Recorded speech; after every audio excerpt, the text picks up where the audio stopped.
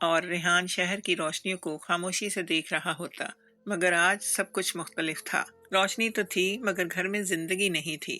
زارا نے اپنے بیگ کو صوفے پر رکھا اور ایک بار پھر ریحان کا نمبر ڈائل کیا۔ فون بند۔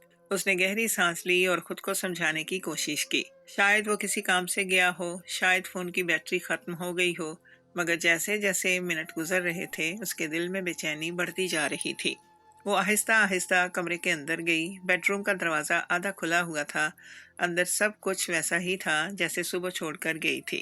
بستر ٹھیک تھا، الماری بند تھی اور ریحان کی جیکٹ بھی وہیں لٹک رہی تھی، مگر ایک چیز غائب تھی، ریحان۔ زارا نے ایک بار پھر فون ملایا، بند۔ اب اس کے دل میں عجیب سا خوف پیدا ہونے لگا تھا۔ وہ سیدھا اپنے اسٹڈی روم میں گئی اور لیپ ٹاپ کھول کر بینک اکاؤنٹ چیک کیا۔ چند لمحے بعد اس کی آنکھیں اسکرین پر جم گئیں۔ اکاؤنٹ میں سے 1 کروڑ روپے نکل چکے تھے، وہی رقم جو صبح اس نے ریحان کو بھیجی تھی۔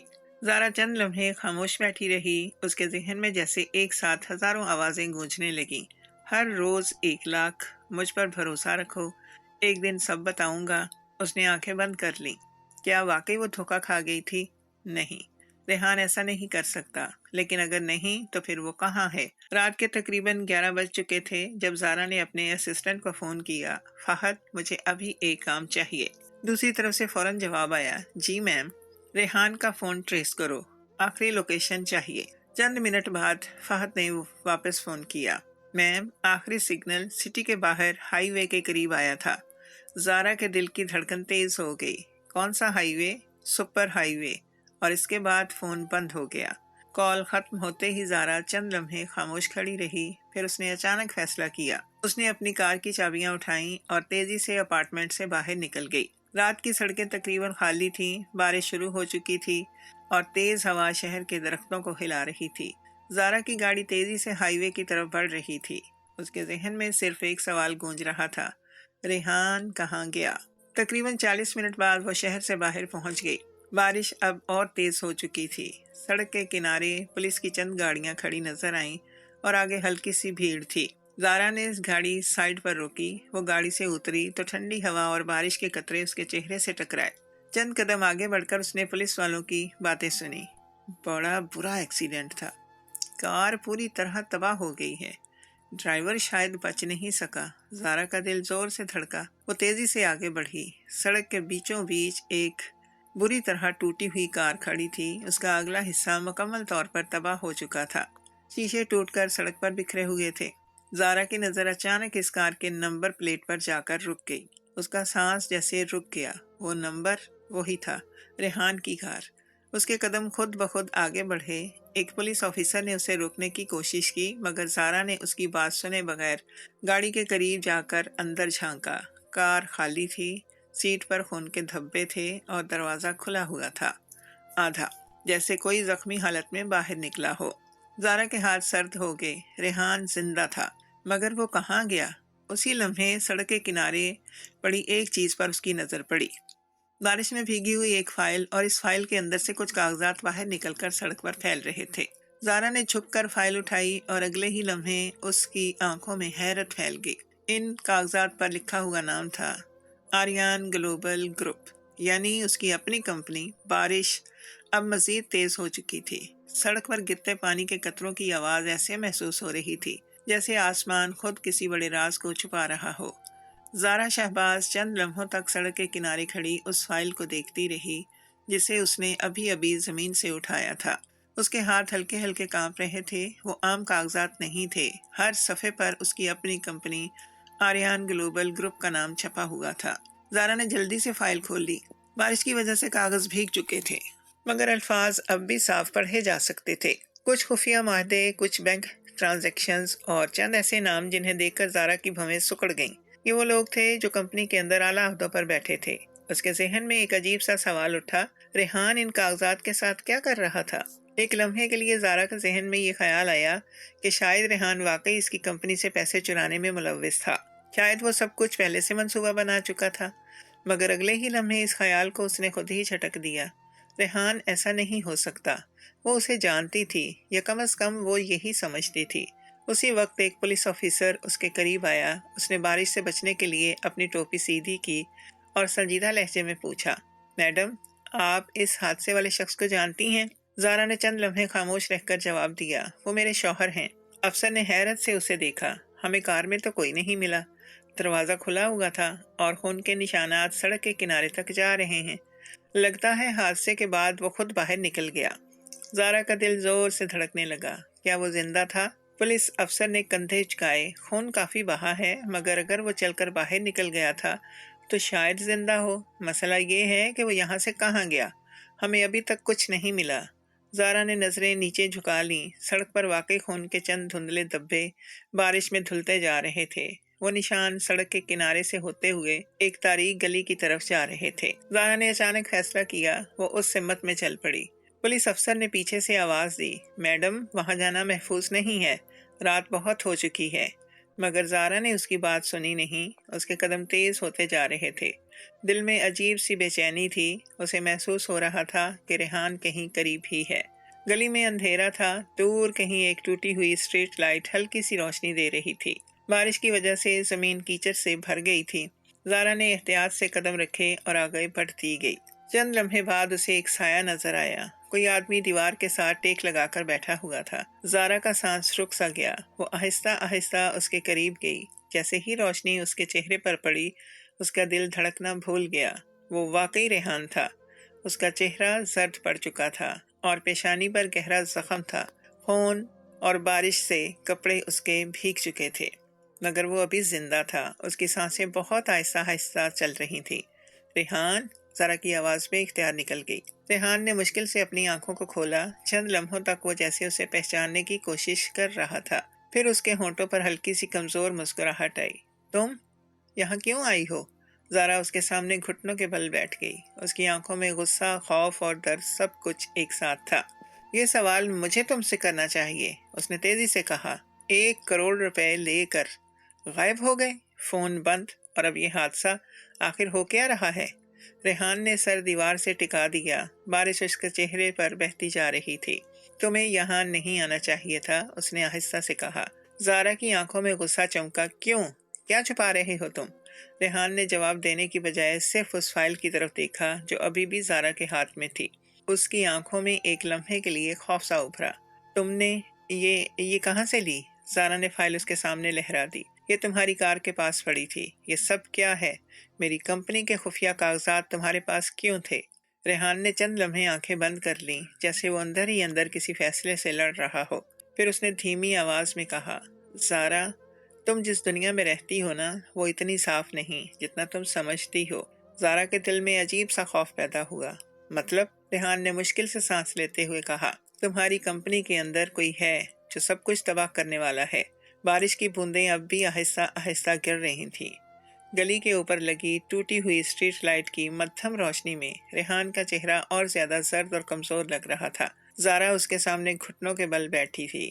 اس کے ذہن میں ہزاروں سوال ایک ساتھ گردش کر رہے تھے۔ تمہاری کمپنی کے اندر کوئی ہے جو سب کچھ تباہ کرنے والا ہے۔ ریحان کے یہ الفاظ زارا کے کانوں میں بار بار گونج رہے تھے۔ صاف صاف بات کرو ریحان، زارا نے تیز لہجے میں کہا۔ تم 1 کروڑ روپے لے کر کہاں غائب ہو گئے تھے؟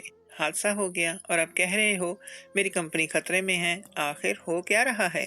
ریحان نے آہستہ سے آنکھیں کھولیں۔ اس کی سانسیں ابھی بھی بھاری تھیں۔ اس نے ایک لمحے کے لیے ارد گرد دیکھا، جیسے اسے یقین کرنا ہو کہ کوئی سن تو نہیں رہا۔ پھر وہ بمشکل بولا، یہاں نہیں، ہمیں یہاں سے جانا ہوگا۔ زارا نے حیرت سے اس کی طرف دیکھا۔ تم اس حالت میں کہیں نہیں جا سکتے، تمہیں ہسپتال لے جانا ہوگا۔ نہیں، ریحان نے اچانک زور لگا کر کہا اور درد سے کراہ اٹھا۔ اگر ہم ہسپتال گئے تو وہ لوگ ہمیں ڈھونڈ لیں گے۔ زارا کے دل میں بے چینی اور بڑھ گئی۔ وہ لوگ؟ کون لوگ؟ ریحان نے جواب دینے کی بجائے ہاتھ بڑھا کر اس فائل کی طرف اشارہ کیا جو ابھی تک زارا کے ہاتھ میں تھی۔ اسے کھولو، آخری صفحہ دیکھو۔ زارا نے فائل کھولی۔ بارش میں بھیگے کاغذات کو احتیاط سے پلٹتے ہوئے وہ آخری صفحے تک پہنچی۔ جیسے ہی اس کی نظر وہاں پڑی، اس کی آنکھیں حیرت سے پھیل گئیں۔ وہ ایک خفیہ معاہدہ تھا، اور معاہدے کے نیچے جو دستخط تھے، وہ نام دیکھ کر زارا کا دل جیسے رک سا گیا۔ وہ نام تھا کامران صدیقی۔ زارا کے لبوں سے بے اختیار نکلا، ناممکن۔ کامران صدیقی آریان گلوبل گروپ کا چیف فنانشل آفیسر تھا۔ وہ شخص جس پر زارا نے برسوں سے آنکھ بند کر کے اعتماد کیا تھا۔ وہ اس کے والد کے زمانے سے کمپنی میں کام کر رہا تھا۔ زارا نے ہمیشہ اسے خاندان کے فرد کی طرح ہی سمجھا تھا۔ یہ جھوٹ ہے، زارا نے آہستہ سے کہا۔ کامران ایسا نہیں کر سکتا۔ ریحان نے تھکے ہوئے انداز میں سر ہلایا۔ میں بھی پہلے یہی سمجھا تھا۔ زارا نے اس کی طرف دیکھا۔ تمہیں یہ سب کیسے معلوم ہوا؟ ریحان نے گہری سانس لی۔ پچھلے چند مہینوں میں کمپنی کے اکاؤنٹس میں عجیب ٹرانزیکشنز ہو رہی تھیں۔ کروڑوں روپے غائب ہو رہے تھے، مگر ریکارڈ میں سب کچھ ٹھیک دکھایا جا رہا تھا۔ زارا کا ذہن میں فوراً پچھلے مہینوں کی چند میٹنگز یاد آئیں۔ واقعی کچھ معاملات ایسے تھے جن پر اس نے توجہ نہیں دی تھی، کیونکہ اسے اپنے فائنانس ڈپارٹمنٹ پر مکمل بھروسہ تھا۔ میں نے خود تحقیق شروع کی، ریحان نے آہستہ سے کہا۔ اسی لیے میں روز تم سے 1 لاکھ روپے لیتا تھا۔ مجھے کچھ لوگوں کو پیسے دینے پڑتے تھے معلومات حاصل کرنے کے لیے۔ زارا خاموش ہو گئی۔ اب بہت سی باتیں آہستہ آہستہ اسے سمجھ آنے لگی تھی۔ اور 1 کروڑ؟ اس نے آہستہ سے پوچھا۔ ریحان نے نظریں نیچی کر لیں۔ آج مجھے پتہ چل گیا تھا کہ اصل ماسٹر مائنڈ کون ہے۔ میرے پاس ثبوت بھی آ گئے تھے، مگر انہیں بھی شاید اندازہ ہو گیا تھا کہ میں ان کے پیچھے ہوں۔ زارا کے دل میں خوف کی لہر دوڑ گئی۔ یعنی یہ حادثہ؟ ریحان نے آہستہ سے کہا۔ یہ حادثہ نہیں تھا۔ چند لمحوں کے لیے گلی میں مکمل خاموشی چھا گئی، صرف بارش کی آواز سنائی دے رہی تھی۔ زارا کے جسم میں سنسنی دوڑ گئی۔ تم کہنا کیا چاہتے ہو؟ ریحان نے مشکل سے سر اٹھایا۔ اس کی آنکھوں میں سنجیدگی تھی۔ کسی نے میری گاڑی کو ٹکر ماری، جان بوجھ کر۔ زارا کے ہاتھوں سے فائل تقریباً گر گئی۔ وہ مجھے مارنا چاہتے تھے، ریحان نے کہا۔ اسی لمحے گلی کی دوسرے سرے سے ایک گاڑی کی ہیڈ لائٹس اچانک روشن ہوئیں۔ تیز روشنی سیدھی ان دونوں پر پڑی۔ زارا نے چونک کر سر اٹھایا۔ گاڑی آہستہ آہستہ ان کی طرف بڑھ رہی تھی۔ ریحان کے چہرے پر خوف صاف نظر آ گیا۔ اس نے سرگوشی کی۔ وہ ہمیں ڈھونڈتے ہوئے یہاں پہنچ گئے ہیں۔ گاڑی کی ہیڈ لائٹس تیزی سے ان کی طرف بڑھ رہی تھی۔ بارش کی بوندیں روشنی میں چمک رہی تھیں اور گلی کی خاموشی اچانک خوفناک محسوس ہونے لگی تھی۔ زارا کا دل زور زور سے دھڑکنے لگا۔ اس نے بے اختیار ریحان کی طرف دیکھا۔ ریحان کا چہرہ پہلے سے بھی زیادہ سنجیدہ ہو گیا تھا۔ اس نے مشکل سے کھڑے ہونے کی کوشش کی، مگر زخم کی وجہ سے اس کے قدم لڑکھڑا گئے۔ زارا فوراً اس کے بازو کو سہارا دینے کے لیے آگے بڑھی۔ تم چل بھی نہیں سکتے، ہم یہاں سے کیسے نکلیں گے؟ زارا نے گھبراہٹ میں کہا۔ ریحان نے گہری سانس لی اور آہستہ سے بولا، بس تھوڑا سا ساتھ دو۔ اگر وہ ہمیں یہاں دیکھ لیں گے تو سب ختم ہو جائے گا۔ گاڑی اب صرف چند میٹر دور رہ گئی تھی۔ زارا نے جلدی سے ارد گرد دیکھا۔ گلی کے ایک کونے میں ایک تنگ راستہ دوسری طرف نکل رہا تھا۔ اس نے فوراً ریحان کو اس طرف کھینچ لیا۔ دونوں تیزی سے اس اندھیری گلی میں مڑ گئے۔ ریحان کے قدم بار بار لڑکھڑا رہے تھے، مگر وہ خود کو سنبھالنے کی کوشش کر رہا تھا۔ چند لمحوں بعد وہ ایک پرانی عمارت کے پیچھے پہنچ گئے، جہاں مکمل اندھیرا تھا۔ زارا نے سانس روک کر پیچھے جھانکا۔ وہ گاڑی اب اسی جگہ رک چکی تھی جہاں وہ دونوں چند لمحے پہلے کھڑے تھے۔ گاڑی کے دروازے کھلے اور 2 آدمی باہر نکلے۔ دونوں نے سیاہ جیکٹس پہن رکھی تھیں اور ان کے چہرے سنجیدہ تھے۔ ایک آدمی نے ارد گرد دیکھتے ہوئے کہا، وہ یہاں ہی کہیں ہوگا۔ خون کے نشانات یہیں ختم ہوتے ہیں۔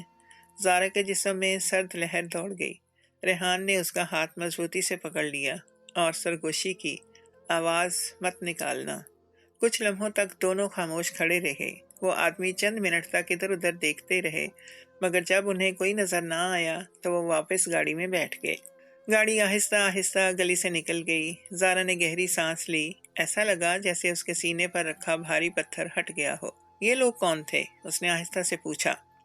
ریحان دیوار کے ساتھ ٹیک لگا کر بیٹھ گیا۔ اس کی سانسیں تیز ہو رہی تھیں۔ کامران اکیلا نہیں ہے، اس نے بمشکل کہا۔ اس کے پیچھے ایک پورا نیٹ ورک ہے۔ کمپنی کے پیسے کئی مہینوں سے باہر منتقل ہو رہے ہیں۔ وہ لوگ چاہتے ہیں کہ آریان گلوبل گروپ مکمل طور پر ان کے کنٹرول میں آ جائے۔ زارا نے حیرت سے اسے دیکھا۔ مگر مجھے تو کچھ بھی پتہ نہیں چلا۔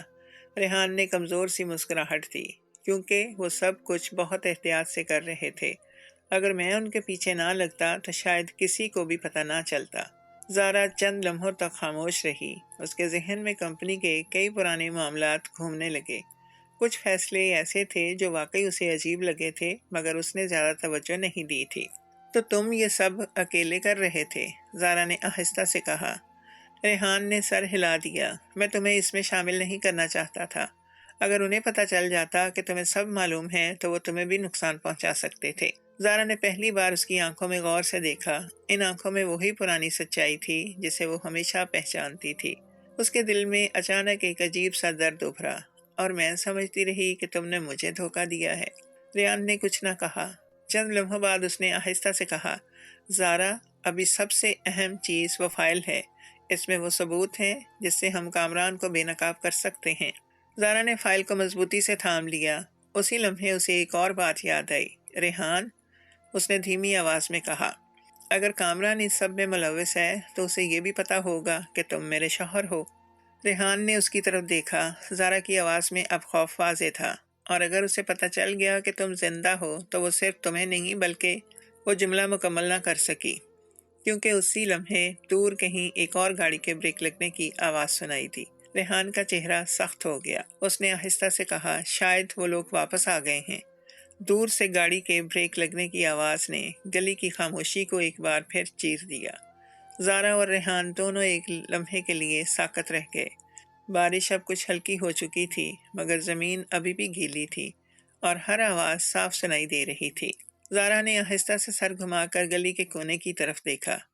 روشنی کی ایک تیز لکیر دیوار پر پڑی اور پھر آہستہ آہستہ آگے بڑھنے لگی۔ ریحان نے فوراً زارا کا ہاتھ پکڑ لیا۔ اس کی گرفت کمزور تھی مگر اس میں عجیب سی گھبراہٹ تھی۔ وہ ہمیں ڈھونڈ رہے ہیں، اس نے سرگوشی کی۔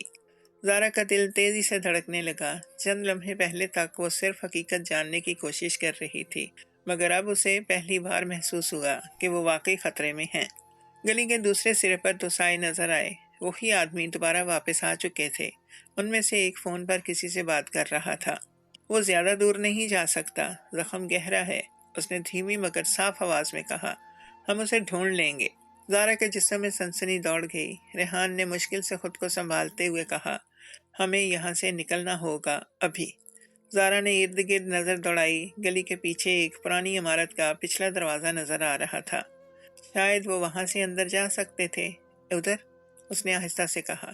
وہ دونوں خاموشی سے اس دروازے کی طرف بڑھے۔ زارا نے آہستہ سے دروازہ دھکا دیا اور حیرت کی بات یہ تھی کہ دروازہ بند نہیں تھا، اندر مکمل اندھیرا تھا۔ وہ دونوں اندر داخل ہو گئے اور دروازہ آہستہ سے بند کر دیا۔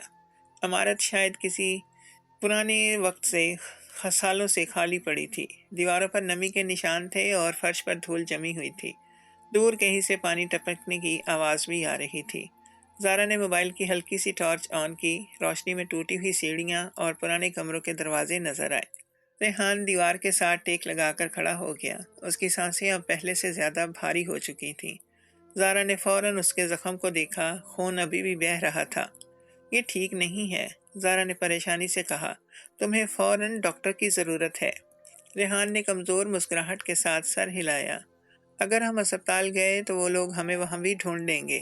ابھی سب سے اہم چیز یہ ہے کہ یہ فائل محفوظ رہے۔ زارا نے فائل کو دیکھا جو ابھی بھی اس کے ہاتھ میں تھی۔ اس میں ایسا کیا ہے جو وہ لوگ تمہیں مارنے پر آمادہ ہیں؟ ریحان نے چند لمحے خاموش رہ کر جواب دیا، اس میں صرف اکاؤنٹس اور ٹرانزیکشنز نہیں ہیں، اس میں ان سب لوگوں کے نام ہیں جو اس کھیل میں شامل ہیں۔ زارا کے دل میں ایک عجیب سا خوف پیدا ہوا۔ کتنے لوگ؟ ریحان نے آہستہ سے کہا، کامران صرف ایک مہرہ ہے، اس کے پیچھے اور بھی لوگ ہیں، بہت طاقتور لوگ۔ زارا کے ذہن میں اچانک ایک خیال آیا، کیا کمپنی کے بورڈ میں سے کوئی؟ ریحان نے اس کی طرف دیکھا مگر جواب نہیں دیا۔ اس کی خاموشی ہی کافی تھی۔ زارا نے محسوس کیا کہ زمین جیسے اس کے قدموں کے نیچے سے کھسک رہی ہے۔ اگر یہ سب سچ تھا تو اس کا مطلب تھا کہ وہ جس کمپنی پر فخر کرتی تھی اس کے اندر ہی دشمن بیٹھے ہوئے تھے۔ اسی لمحے عمارت کے باہر قدموں کی آواز سنائی دی۔ زارا فوراً خاموش ہو گئی۔ دروازے کے قریب کسی نے زور سے دھکا دیا۔ دروازہ ہلکا سا ہلا مگر بند رہا۔ ایک آدمی کی آواز آئی، وہ یہیں ہی کہیں ہیں، خون کے نشان اس عمارت تک آ رہے ہیں۔ زارا کا دل جیسے رک گیا۔ ریحان نے آہستہ سے اس کا ہاتھ پکڑ لیا۔ اس کی آواز بہت کمزور تھی مگر اس میں عجیب سی سنجیدگی تھی۔ اگر وہ ہمیں پکڑ لیں تو ایک بات یاد رکھنا۔ زارا نے اس کی طرف دیکھا۔ ریحان نے دھیمی آواز میں کہا، کسی پر بھروسہ مت کرنا، یہاں تک کہ کمپنی میں اپنے سب سے قریبی لوگوں پر بھی نہیں۔ اسی لمحے باہر سے دروازہ زور سے کھلا گیا۔ بھاری قدموں کی آواز عمارت کے اندر گونجنے لگی اور پھر ایک ٹارچ کی روشنی اندھیرے میں سیدھی ان کی طرف مڑی۔ ٹارچ کی تیز روشنی اچانک اندھیرے کو چیرتی ہوئی ان کی طرف بڑھی۔ زارا کے دل کی دھڑکن اتنی تیز ہو گئی کہ اسے لگا جیسے باہر کھڑے لوگ بھی اس کی آواز سن رہے ہیں۔ وہ فوراً ریحان کے سامنے کھڑی ہو گئی، جیسے اپنے جسم سے اسے چھپا لینا چاہتی ہو۔ کون ہے وہاں؟ باہر سے ایک سخت آواز آئی۔ قدموں کی آہٹ آہستہ آہستہ آگے بڑھنے لگی۔ ٹارچ کی روشنی دیواروں پر گھوم رہی تھی۔ ہر لمحہ خطرہ قریب آتا محسوس ہو رہا تھا۔ ریحان نے بہت آہستہ سرگوشی کی۔ سیڑھیوں کے پیچھے، وہاں سایہ زیادہ ہے۔ زارا نے اس کی بات سمجھتے ہوئے اسے سہارا دیا اور دونوں آہستہ آہستہ سیڑھیوں کے پیچھے سرک گئے۔ اندھیرے نے انہیں کچھ حد تک چھپا لیا تھا۔ چند لمحوں بعد دو آدمی عمارت کے اندر داخل ہوئے۔ ان کے جوتوں کی آواز خالی عمارت میں گونج رہی تھی۔ ایک کے ہاتھ میں ٹارچ تھی، جبکہ دوسرے نے جیب سے فون نکالا ہوا تھا۔ خون کے نشان یہی تک آتے ہیں، ٹارچ والا آدمی بولا۔ دوسرے نے جواب دیا، وہ زیادہ دور نہیں جا سکتا، زخمی ہے، بس کہیں چھپا ہوا ہے۔ زارا کا ہاتھ بے اختیار فائل پر مضبوط ہو گیا۔ ریحان کی سانسیں اور بھاری ہو رہی تھیں۔ زارا کو ڈر تھا کہ کہیں ان کی آواز باہر والوں تک نہ پہنچ جائے۔ اسی لمحے فون والا آدمی کسی کو کال کرنے لگا۔ ہاں سر، ہم اسی عمارت میں ہیں۔ ہاں، لگتا ہے وہ یہاں ہی ہے۔ زارا کے کان کھڑے ہو گئے۔ جی سر، اگر وہ زندہ مل گیا تو؟ فون والے نے چند لمحے خاموشی سے سنا اور پھر سرد لہجے میں بولا، سمجھ گیا، پھر ہمیں اسے زندہ نہیں چھوڑنا۔ زارا کے جسم میں سرد لہر دوڑ گئی۔ ریحان نے آہستہ سے آنکھیں بند کر لیں، جیسے وہ پہلے سے جانتا تھا کہ یہ لمحہ آ سکتا ہے۔ ٹارچ کی روشنی اب سیڑھیوں کے قریب پہنچ رہی تھی۔ زارا کو محسوس ہوا کہ اب چھپنے کا کوئی فائدہ نہیں۔ اگر وہ لوگ یہاں تک آ گئے تو سب کچھ ختم ہو جائے گا۔ اسی لمحے اسے ریحان کے الفاظ یاد آ گئے، فائل سب سے اہم ہے۔ زارا نے فوراً فیصلہ کیا۔ اس نے فائل اپنے بیگ میں ڈال لی اور ریحان کے کان کے قریب چھپ کر سرگوشی کی۔ میں انہیں دوسری طرف لے جاتی ہوں، تم پیچھے والے دروازے سے نکل جانا۔ ریحان نے فوراً سر ہلایا، نہیں، یہ خطرناک ہے۔ زارا کی آنکھوں میں اچانک وہی مضبوطی واپس آ گئی جو اس کی شخصیت کا حصہ تھی۔ ریحان، تم نے اب تک میرے لیے سب کچھ خطرے میں ڈالا ہے، اب میری باری ہے۔ اس سے پہلے کہ ریحان کچھ کہتا، زارا اچانک سیڑھیوں کے پیچھے سے باہر نکل آئی۔ ٹارچ کی روشنی فوراً اس پر پڑی۔ یہ رہی، ایک آدمی چیخا۔ زارا فوراً دوسری طرف دوڑ پڑی۔ اسے پکڑو۔ دونوں آدمی اس کے پیچھے دوڑنے لگے۔ عمارت کے اندر دوڑتے ہوئے قدموں کی آواز گونجنے لگی۔ زارا جانتی تھی کہ وہ زیادہ دیر تک ان سے نہیں بچ سکتی، مگر اس کا مقصد صرف ایک ہی تھا، ریحان کو وقت دینا۔ کچھ لمحوں بعد ریحان آہستہ آہستہ سیڑھیوں کے نیچے سے نکلا اور اس کے زخم کی وجہ سے اس کے قدم کمزور تھے، مگر وہ خود کو گھسیٹتے ہوئے پچھلے دروازے کی طرف بڑھنے لگا۔ اس کے ذہن میں صرف ایک ہی بات تھی، اگر یہ فائل زارا تک محفوظ پہنچ گئی تو سچ ایک دن ضرور سامنے آئے گا۔ اسی لمحے عمارت کے باہر ایک اور گاڑی رکنے کی آواز آئی۔ ریحان نے دروازے کے قریب پہنچ کر باہر جھانکا اور اگلے ہی لمحے اس کے چہرے پر حیرت جم گئی، کیونکہ باہر کھڑی گاڑی سے جو آدمی اتر رہا تھا وہ کوئی اور نہیں بلکہ کامران صدیقی خود تھا۔ بارش اب تقریباً رک چکی تھی، مگر فضا میں نمی اور خوف کی ایک عجیب سی گہرائی پھیل گئی تھی۔ پرانی عمارت کے پچھلے دروازے کے قریب کھڑا ریحان چند لمحوں تک ساکت رہ گیا۔ اس کی سانسیں بھاری تھیں اور سر کا زخم اب بھی خون بہا رہا تھا، مگر اس وقت اسے اپنے درد کا احساس بھی نہیں ہو رہا تھا، کیونکہ عمارت کے باہر کھڑی گاڑی سے جو شخص اتر رہا تھا وہ واقعی کامران صدیقی ہی تھا، وہی شخص جس پر زارا برسوں سے آنکھ بند کر کے اعتماد کرتی آئی تھی۔ کامران نے گاڑی کا دروازہ بند کیا اور آہستہ آہستہ ارد گرد نظر دوڑائی۔ اس کے چہرے پر عجیب سا سکون تھا، جیسے وہ پہلے سے جانتا ہو کہ شکار کہاں چھپا ہوا ہے۔ ریحان فوراً دروازے کے پیچھے سائے میں کھڑا ہو گیا۔ اس کا دل زور زور سے دھڑک رہا تھا۔ اندر عمارت میں زارا جان بوجھ کر ان آدمیوں کو اپنی طرف متوجہ کر رہی تھی، اور یہاں باہر اصل دشمن آ چکا تھا۔ کامران نے جیب سے فون نکالا۔ کچھ ملا؟ اس نے سرد لہجے میں پوچھا۔ چند لمحے خاموشی رہی، پھر اس نے ہلکی سی مسکراہٹ کے ساتھ کہا، وہ زیادہ دور نہیں جا سکتا، زخمی ہے نا، بس اس عمارت کو اچھی طرح سے دیکھو۔ ریحان نے مٹھی بھینچ لی۔ اب اسے یقین ہو گیا تھا کہ حادثہ واقعی ایک منصوبہ تھا۔ اسی لمحے عمارت کے اندر سے قدموں کی تیز آواز سنائی دی۔ زارا دوڑتی ہوئی ایک کمرے سے نکل کر دوسرے کی طرف جا رہی تھی، جبکہ دو آدمی اس کے پیچھے تھے۔ رکو! ایک آدمی چیخا۔ زارا نے پیچھے مڑ کر نہیں دیکھا۔ وہ صرف ایک چیز سوچ رہی تھی، ریحان کو وقت مل جائے، وہ ایک ٹوٹے ہوئے دروازے کے قریب پہنچی ہی تھی کہ اچانک ایک آدمی اس کے سامنے آ گیا۔ زارا فوراً رک گئی۔ دوسرا آدمی بھی پیچھے سے آ پہنچا۔ اب وہ دونوں کے درمیان کھڑی ہوئی تھی۔ کہاں بھاگو گی؟ ایک آدمی نے طنزیہ انداز میں کہا۔ زارا نے خاموشی سے انہیں دیکھا۔ اس کی سانسیں تیز تھیں مگر آنکھوں میں خوف کی بجائے عجیب سی مضبوطی تھی۔ تم لوگوں کو اندازہ بھی ہے تم کیا کر رہے ہو؟ اس نے سرد لہجے میں کہا۔ آدمی ہنسا۔ ہمیں صرف اتنا معلوم ہے کہ تمہارے شوہر کو آج زندہ نہیں رہنا چاہیے۔ زارا کا دل ایک لمحے کے لیے رک سا گیا۔ اور تمہیں بھی شاید زیادہ دیر زندہ نہیں رہنا چاہیے، دوسرے آدمی نے آہستہ سے کہا۔ اسی لمحے باہر سے قدموں کی آہٹ سنائی دی۔ دونوں آدمی فوراً سیدھے کھڑے ہو گئے۔ کامران صدیقی آہستہ آہستہ اندر داخل ہوا۔ اس کی نظریں سیدھی زارا پر جا کر رک گئیں۔ چند لمحوں تک وہ خاموشی سے اسے دیکھتا رہا، پھر ہلکی سی مسکراہٹ اس کے ہونٹوں پر آئی۔ زارا میڈم، آپ کو اس وقت یہاں نہیں ہونا چاہیے تھا۔ زارا نے نفرت سے اسے دیکھا۔ تو یہ سب تم کر رہے ہو؟ کامران نے کندھے اچکائے۔ کاروبار میں کبھی کبھی مشکل فیصلے کرنے پڑتے ہیں۔ زارا کی آواز سخت ہو گئی۔ کاروبار؟ تم کمپنی کو لوٹ رہے ہو؟ کامران نے ہنستے ہوئے سر ہلا دیا۔ لوٹ نہیں رہا، لے رہا ہوں جو میرا ہونا چاہیے تھا۔ اسی لمحے اس کی نظر ارد گرد گھومنی۔ ویسے تمہارا شوہر کہاں ہے؟ زارا کے دل کی دھڑکن تیز ہو گئی مگر اس نے خود کو سنبھالا۔ مجھے نہیں معلوم۔ کامران نے چند لمحے اسے غور سے دیکھا، پھر اس نے اپنے آدمیوں کی طرف مڑ کر کہا، عمارت کے ہر کونے کو چیک کرو، وہ زخمی ہے، زیادہ دور نہیں جا سکتا۔ دونوں آدمی فوراً ادھر ادھر پھیل گئے۔ کامران دوبارہ زارا کے قریب آیا۔ اس نے آہستہ سے کہا، تمہیں پتہ ہے سب سے بڑی غلطی تمہارے شوہر نے کیا کی؟ زارا نے کچھ نہیں کہا۔ کامران نے چھپ کر اس کے کان کے قریب سرگوشی کی۔ اس نے سوچا وہ مجھ سے زیادہ ہوشیار ہے۔ اسی لمحے عمارت کے پچھلے حصے سے دروازہ چرچراتے ہوئے کھلا۔ سب کی نظریں اس کی طرف مڑ گئیں۔ دروازے کے سامنے سائے میں کھڑا شخص آہستہ آہستہ روشنی میں آیا۔ وہ ریحان تھا۔ اس کے کپڑے خون سے بھیگے ہوئے تھے مگر اس کی آنکھوں میں ایک عجیب سی سختی تھی۔ اس نے سیدھا کامران کی طرف دیکھا اور آہستہ سے کہا، میں بھاگ نہیں رہا تھا، میں تمہارا انتظار کر رہا تھا۔ بارش کے بعد کی ٹھنڈی ہوا پرانی عمارت کے ٹوٹے ہوئے دروازوں سے اندر آ رہی تھی۔ چند لمحوں کے لیے پوری جگہ پر ایسی خاموشی چھا گئی جیسے خود سب کچھ رک گیا ہو۔ زارا کی نظریں ریحان پر جمی ہوئی تھیں۔ وہ زخمی تھا، اس کے کپڑے خون سے بھیگ چکے تھے مگر اس کی آنکھوں میں ایک عجیب سا عزم تھا۔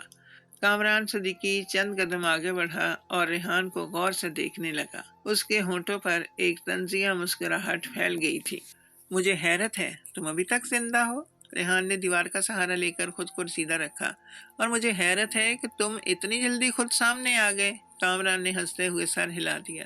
تم ہمیشہ سے زیادہ بولتے تھے ریحان، مگر افسوس تمہاری کہانی آج ختم ہونے والی ہے۔ اسی لمحے دونوں گنڈے بھی واپس آ گئے۔ اب ریحان اور زارا چاروں طرف سے گھر چکے تھے۔ زارا کا دل تیزی سے دھڑکنے لگا۔ وہ سمجھ گئی تھی کہ یہ لمحہ فیصلہ کن ہے۔ کامران نے آہستہ سے ہاتھ جیب میں ڈالا اور ایک چھوٹی سی پستول نکال لی۔ زارا کے سانس جیسے رک سے گئے۔ تم جانتے ہو ریحان؟ کامران نے پستول سیدھا کیا، اس کی طرف کرتے ہوئے کہا، اصل مسئلہ یہ نہیں تھا کہ تم نے میرے پیچھے تحقیق شروع کر دی۔ اصل مسئلہ یہ تھا کہ تم بہت جلد سچ تک پہنچ گئے تھے۔ ریحان خاموشی سے اسے دیکھتا رہا۔ کامران نے بات جاری رکھی، آریان گلوبل گروپ صرف ایک کمپنی نہیں، یہ ایک سونے کی کان ہے اور میں برسوں سے اسے اپنے فیصلے میں لینے کی تیاری کر رہا تھا تاکہ میں اس پر قبضہ کر سکوں، مگر تم اچانک درمیان میں آ گئے۔ زارا کی آنکھوں میں غصہ بھر گیا۔ تم نے مجھے دھوکہ دیا۔ کامران نے بے پرواہ انداز میں کندھے اچکائے۔ کاروبار میں جذبات کی کوئی جگہ نہیں ہوتی زارا میڈم۔ اسی لمحے ریحان نے آہستہ سے کہا، تم غلط ہو۔ کامران نے بھویں سکیڑ کر اسے دیکھا۔ کیا مطلب؟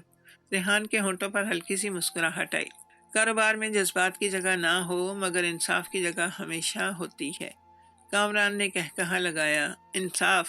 تمہیں لگتا ہے کوئی تمہاری بات سنے گا؟ ریحان نے آہستہ سے کہا، سنے گا کیونکہ وہ پہلے ہی سن رہے ہیں۔ کامران کا چہرہ ایک لمحے کے لیے سنجیدہ ہو گیا۔ کیا مطلب؟ ریحان نے آہستہ سے اپنی جیب سے موبائل نکالا اور اس کی اسکرین پر ایک چھوٹی سی لال بتی جل رہی تھی۔ ریکارڈنگز آن تھی۔ تمہاری ہر بات ریکارڈ ہو رہی ہے کامران۔ کامران کے چہرے کا رنگ بدل گیا۔ تم بلف کر رہے ہو۔ اسی لمحے عمارت کے باہر سے اچانک کئی گاڑیوں کے رکنے کی آواز آئی۔ پھر کسی نے زور سے آواز لگائی، پولیس! کوئی بھی اپنی جگہ سے نہ ہلے۔ کامران کے ہاتھ میں پکڑی پستول ہلکی سی کانپی۔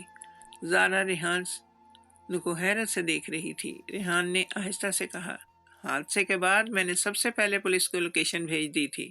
مجھے معلوم تھا تم خود یہاں آؤ گے۔ کامران نے غصے سے دان بھینچ لیے۔ تم نے کھیل ہی بگاڑ دیا۔ اسی لمحے دروازہ زور سے کھلا اور پولیس افسران اندر داخل ہو گئے۔ کامران صدیقی، آپ کو مالی فراڈ اور قتل کرنے کی کوشش کے الزام میں گرفتار کیا جاتا ہے۔ دو اہلکار فوراً آگے بڑھے اور اس کے ہاتھوں میں ہتھکڑی ڈال دی۔ کامران نے آخری بار نفرت بھری نظر سے ریحان اور زارا کو دیکھا۔ یہ ختم نہیں ہوا، مگر اس کی آواز آہستہ آہستہ دور ہوتی گئی۔